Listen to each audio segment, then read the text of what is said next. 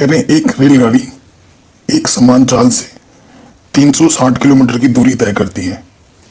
यदि यह चाल 5 किलोमीटर प्रति घंटा अधिक होती है तो वह उसी यात्रा में 1 घंटा कम समय लेती है। रेलगाड़ी की चाल ज्ञात कीजिए। ठीक है, बहुत ही साधारण सा प्रश्न है। अगर प्रश्न को आप समझ लेंगे तो बहुत ही सिंपल क्वेश्चन। ठीक है, क्वेश्चन में कौन सा ही हमारा 8वां। ठीक है, सो हम मान लेते हैं, देखो ये हमारा कोई रास्ता है जिसके ऊपर से हमारी रेलगाड़ी चल रही है। ये हमारी रेलगाड़ी है। ठीक है, मान लेते हैं, माना रेलगाड़ी, ठीक है, थोड़ा माना रेलगाड़ी की चाल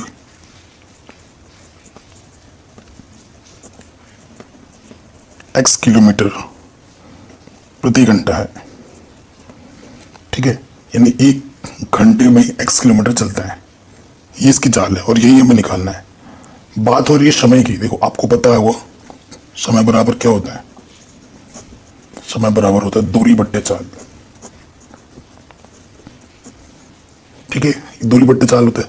अब मैं आपको कुछ समझाना चाहता हूं, कुछ बताना चाहता हूं यार रफ में। देखो एक ये तुम्हारी बाइक है। ठीक है, ये तुम्हारी बाइक है, तुम जा रहे हो 40 की स्पीड से और फिर से वही बाइक है और ये बंदा जा रहा है वही बाइक चला के 60 किलोमीटर की स्पीड से।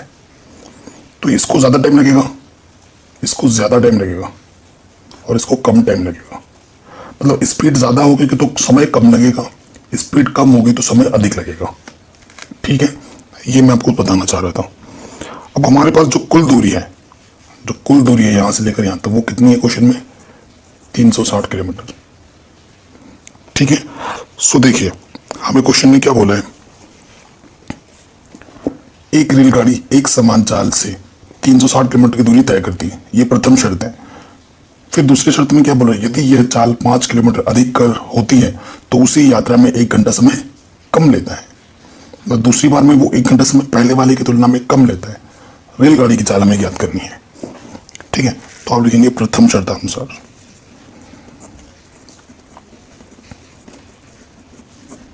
प्रथम शर्तानुसार समय t1 लिख देते हैं। दूरी तो 360 ही है, एक समान चाल हमने क्या माना है x। ये प्रथम शर्तानुसार है। अब आ जाओ द्वितीय शर्तानुसार।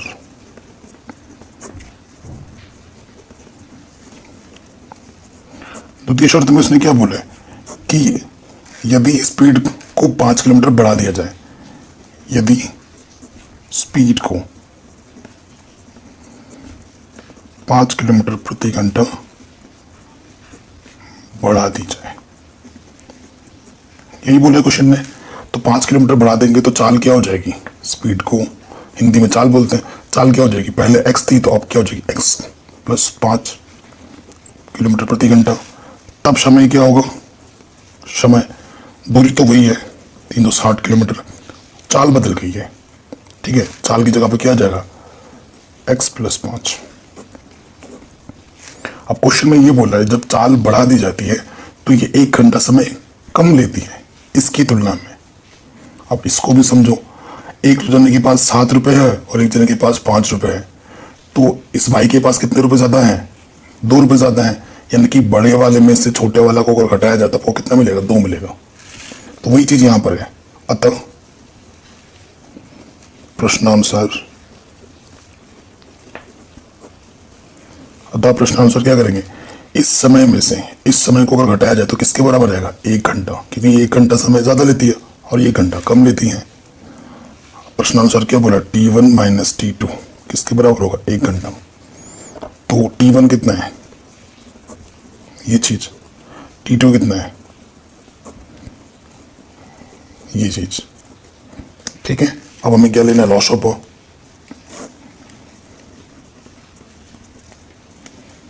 लॉस ऑफ लेंगे, इसकी गुणा इसके साथ करेंगे तो ये हो जाएगा, देखो 360 x प्लस गुणा कर देंगे 360, अभी बाद में गुणा करते हैं ना, गुणा 5 लिख दिया मैंने, और फिर इसकी गुणा इसके साथ करेंगे 360 x हो जाएगा। तो ये माइनस का ये प्लस का कटा, कोई दिक्कत नहीं है, 6 पंजे 30 है ना। तो देखिए ऊपर क्या आ जाएगा, 5 0 0, 5 छंग 30 हासिल लगा 3, 5 3 15 और 3 18, तो ऊपर है 18, नीचे से गुणा कर देंगे एक्स स्क्वायर प्लस 5x। इधर एक है तो इसके बट्टे में कुछ नहीं तो एक ले लिया। अब हम क्या कर सकते हैं, तिरछे गुणा करेंगे तो ये हो जाएगा, किसी भी संख्या को 1 से गुणा करो वही रहता है, और 1800 1 कम 1800, ये प्लस का इस तरह का, ये हो जाएगा माइनस का।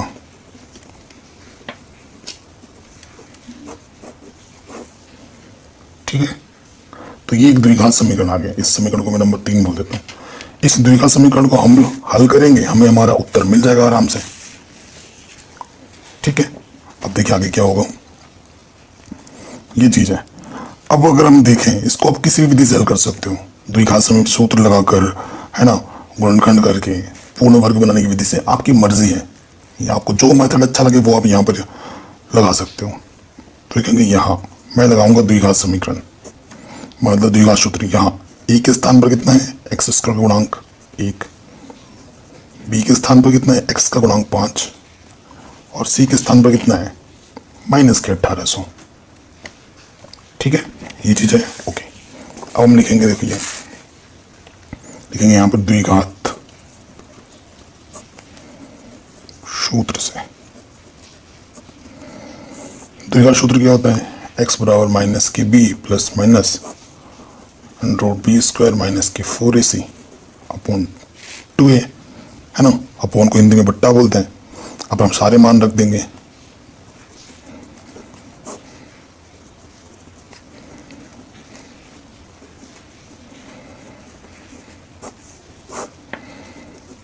तो सारे मान हमने रख दिए।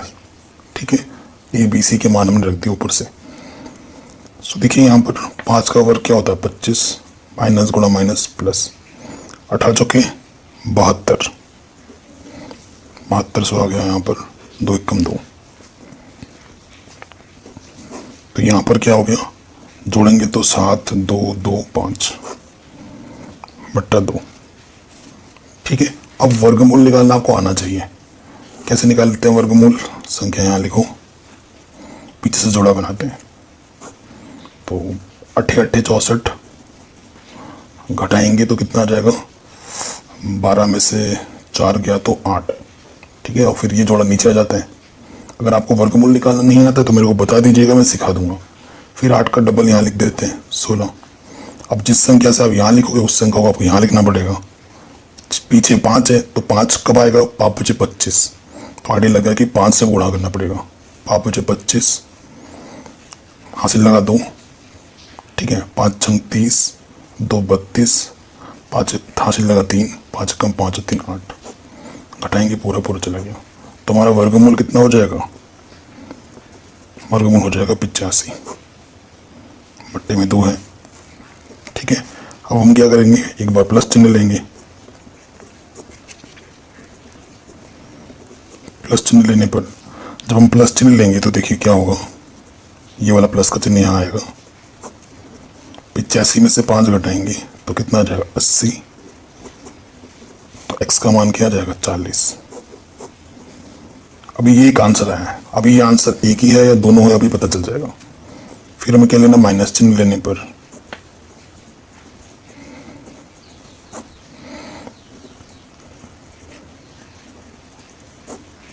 ये माइनस का चिन्ह यहाँ ले लिया हमने।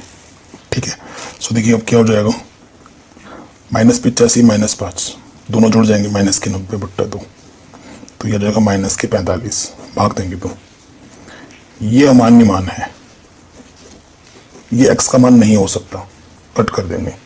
क्यों, कभी भी स्पीड क्या नहीं होती है, माइनस में नहीं होती है। आप बोलते हो कि मैं -20 की स्पीड से चला रहा था, मैं आज साइकिल में -15 किलोमीटर की स्पीड से चलाया, ऐसा कभी बोलता है कोई इंसान? होता है क्या, सुना आपने स्पीड मीटर में कभी माइनस में लिखा होता है स्पीड? नहीं, क्योंकि स्पीड माइनस में नहीं होती है। तो ये अमान्य मान है, अतः जो हमारा सही उत्तर है वो कितना है, 40। तो आप क्या लिखेंगे, अतः रेलगाड़ी की एक समान चाल 40 किलोमीटर प्रति घंटा होगी। ये हमारा फाइनल आंसर है। आपको इस तरीके से एंड पे लिख देना है। समझ में? तो अगर समझ में आया तो वीडियो को लाइक कर दो, क्योंकि आप बाद में भूल जाते हो, है ना। लाइक एक ही बार करना होता है, जो ग्रीन जो बटन होगा ना वो ग्रीन हो जाएगा जब आप प्रेस करोगे तो। अब आता है मोस्ट इंपॉर्टेंट क्वेश्चन इसके बाद दूसरा, है ना, काफी जबरदस्त क्वेश्चन है। कह रहे हैं 2 पानी के नल एक साथ एक हौज को, हौज का मतलब होता है टंकी, हाँ, 9 सही 3/8 घंटों में भर सकते हैं।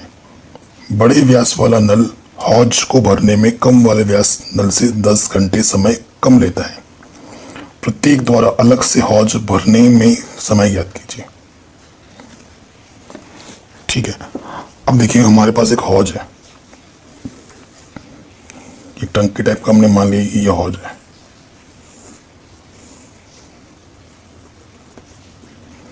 इसमें 2 पाइप लगी पड़ी हैं,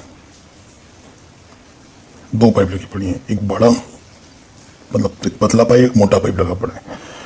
ठीक है, हमसे क्या बोल रहे हैं, 2 पानी के नल एक साथ एक हौज को 9 से ही 3 घंटे में भर देता है। बड़ा व्यास, ये बड़ा व्यास वाला है, ये छोटा व्यास वाला है। कह रहे हैं बड़े व्यास वाला नल हौज को भरने में कम वाले नल से 10 घंटे समय कम लेता है। मतलब अगर इससे भरोगे ना सिर्फ, तो ये 10 घंटे समय कम लेगा, क्योंकि छोटा पाइप है, ये टाइम ज्यादा लेगा और ये वाला टाइम कम लेगा, है कि नहीं, क्योंकि इसमें ज्यादा मोटा पाइप है, फटाफट भर जाएगा। तो इसकी तुलना में ये वाला पाइप 10 घंटे समय कम लेता है। अगर दोनों को एक साथ चला के भरोगे तो 9 से ही 3/8 घंटे में भर जाता है। ये बोल रहा है क्वेश्चन, प्रत्येक द्वारा, इसके द्वारा भी और इसके द्वारा भी अलग अलग भरने में कितना टाइम लगेगा, वो हमसे पूछ रहा है क्वेश्चन। तो हल पे आ जाऊं, हम क्या मानेंगे, माना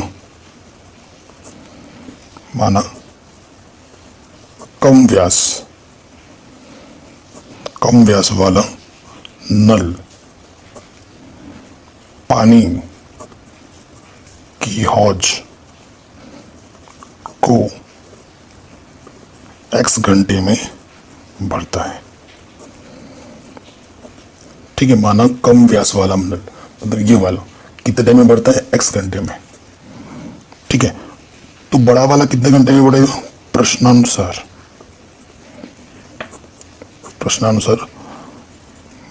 बड़ा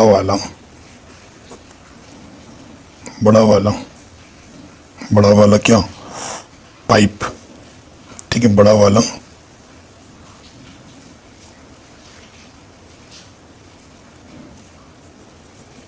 नल लिख देते हैं, बड़ा वाला नल कितने घंटे में बढ़ेगा, x - 10 घंटे में भरेगा, क्योंकि ये वाला इससे 10 घंटा समय कम लेता है। बड़ा वाला छोटे पर निर्भर है, ठीक है, इसलिए छोटे वाले को पहले माना और प्रश्नानुसार बड़ा वाला क्या हो गया, x - 10 घंटा। कोई दिक्कत नहीं है। ठीक है, क्वेश्चन को देख लो, और दोनों मिलके कितना, देखो कम व्यास वाले नल से 10 घंटे समय कम लेता है ना, और ये वाला क्या है कि दोनों अगर मिलके भरे तो इतना टाइम लेता है। ठीक है, अब दोनों मिलके भरने के लिए देखते हैं। अब देखो, अब लिखेंगे, इसलिए अगर छोटे वाले नल की बात की जाए, हमने माना है कि ये टोटल कितने टाइम में लेता है, x घंटे में भरता है, और ये टोटल x - 10 घंटे में भरता है। तो अगर बात की जाए छोटा नल द्वारा हौज को प्रति घंटा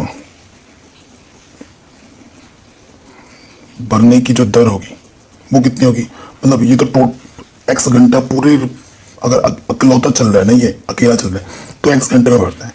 अगर 1 घंटे में बात करेंगे तो कितना भरेगा, 1 घंटे में कितना भरेगा, 1/x पार्ट, एक नल का x वाई पार्ट भर देगा 1 घंटे में। ठीक है, भाग। उसी तरीके से बड़ा नल हौज को प्रति घंटा भरने की जो दर होगी वो क्या होगी, 1 सही x - 10 भाग। ठीक है, प्रश्नानुसार प्रश्नानुसार क्या बोला है कि जो कुल समय है, अगर दोनों नल को एक साथ चला दिया जाता है तो कुल समय कितना लगता है? 9 सही 3/8 घंटा, ये बोला है। ठीक है, यही बोला है क्वेश्चन में। अब ये कुल समय लगता है अगर दोनों को एक साथ चला दिया जाए, लेकिन प्रति घंटे की बात हो रही है। ठीक है, प्रति घंटे की बात हो रही है। तो देखिए, अतः इसको और इसको 1 घंटे के लिए, क्योंकि ये तो कुल टाइम की बात कर रहा है, तो 1 घंटे में कितना बनेगा उसकी बात करेंगे तो 1 के बट्टे में लिखा जाएगा। जैसे इसको 1 के बट्टे में लिखा, इसको भी 1 के बट्टे में लिखा, तो इसको भी 1 के बट्टे में लिखा जाएगा। तो ये हो जाएगा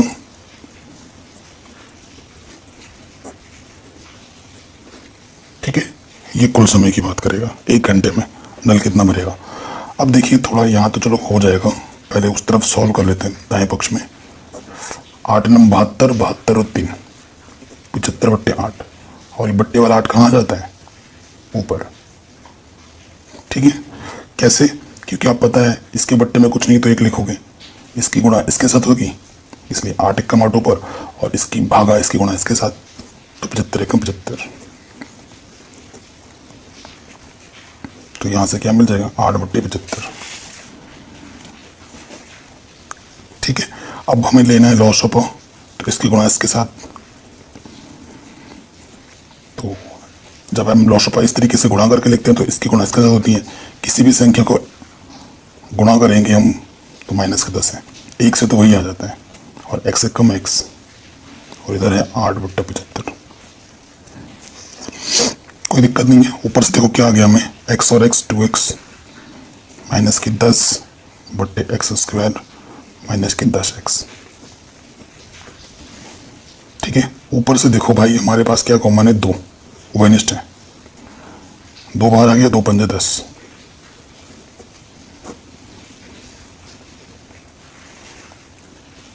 ठीक है, 2 से कट जाएगा, ऊपर ऊपर कट जाता है, 2 चौके 8। ठीक है, ऊपर ऊपर आप काट सकते हो अगर गुणे खंड के रूप में है तो यहाँ से बचेगा x - 5, नीचे बचेगा x² - 10x। अब हमें क्या करना है? गुणा करना है, तिरछी गुणा, इसकी गुणा इसके साथ, इसकी गुणा इसके साथ। तो देखो यहाँ से क्या हो जाएगा? 4x², 4 दाई 40x बराबर, यहाँ से हो जाएगा 75x, और माइनस 5 बचे 25, हासिल लगा 2, 5 7 35 और 2 37। सही कर रहे हैं ना हम। अब इनको उठाकर इस तरफ लाओ, प्लस का इधर का माइनस का हो जाएगा, और ये माइनस के इधर का क्या हो जाएगा? प्लस का। तो यहाँ से आ जाएगा 4x², 75 और 40, 7 और 4 11, मतलब कितना हो जाएगा? ये 115। ठीक है, ये आ रहा है हमारे पास समीकरण। तो ये सही है, समीकरण है हमारे पास। ठीक है, तो ये हमारे पास समीकरण आ गया। ओके, तो ये देखो गुणनखंड से अगर करने जाओगे तो बहुत लंबा चौड़ा पड़ जाएगा, है ना, बहुत लंबा चौड़ा पड़ जाएगा। अब देखिए ये चीज आ गई, द्विघात समीकरण बन गया। इसे कुछ समीकरण नाम लिख देते हैं, ए बोल देते हैं। ठीक है, हमेशा अगर आपको वर्गमूल निकालना आता है तो हमेशा अगर कोई मेथड ना बोला जाए तो आप द्विघात सूत्र का प्रयोग करना आराम से हो जाएगा। गुणनखंड में भी हो जाता है, लेकिन उसमें थोड़ा दिमाग और लगाना पड़ता है। देखो यहाँ ए के स्थान पर क्या है? 4x² का गुणांक, बी के स्थान पर कितने? -115, और सी के स्थान पर है 375। द्विघात सूत्र से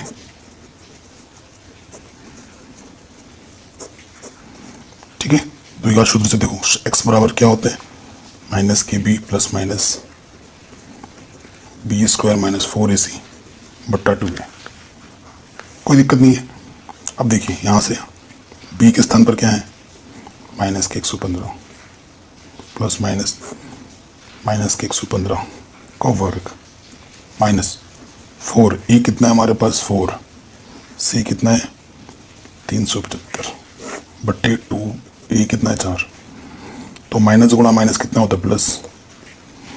115 का वर्ग का मतलब 115 को 115 से जब गुणा करोगे ना देखो गुणा करना तो आपको आता ही होगा ना, वो तो मैं आपको सिखा नहीं सकता। तो जब 115 को 115 से गुणा करोगे तो आपको ये चीज़ मिलेगी। मैंने कैलकुलेशन पहले से ही कर रखा है। 4 को 16, 16 को 375 से जब आप गुणा करोगे तो आपको ये मिलेगा 6000। और यहाँ आ जाएगा 4 दूनी 8। ठीक है, कोई दिक्कत नहीं है। अब यहाँ से देखिए 1325 में तो 6000 माइनस करोगे ना तो 7225 आएगा। और अभी इसका थोड़ी देर पहले ही हमने इसका क्या निकाला था, वर्गमूल। याद आ रहा है कितना आया था? 85 आया था। आया था कि नहीं आया था? अभी हमने किया थोड़ी देर पहले। तो यहाँ लिख दोगे प्लस चिन्ह लेने पर, प्लस चिन्ह जब लोगे तो x की वैल्यू हो जाएगी 115/8। प्लस चिन्ह लेना है ना, तो 115 में जब इससे 80 जोड़ेंगे तो ये हो जाएगा 200/8। 8 से भाग दो, 8 दूनी 16, 40 हो गया, 8 पंच 40। तो x की वैल्यू कितनी है? 25। फिर लो माइनस चिन्ह लेने पर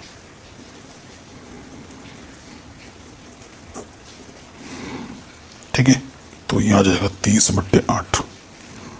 ठीक है, तो 30/8 इसको 8 से भाग दोगे, 8 3 24। ठीक है, हाँ 8 का 8 8 3 24 और 6/8 बच जाएगा। तो इसको काटो, 2 चौके 8 2 3 6, यानी कि 3 सही 3/4। ठीक है, ये आ जाएगा। या तो ये है या तो ये है।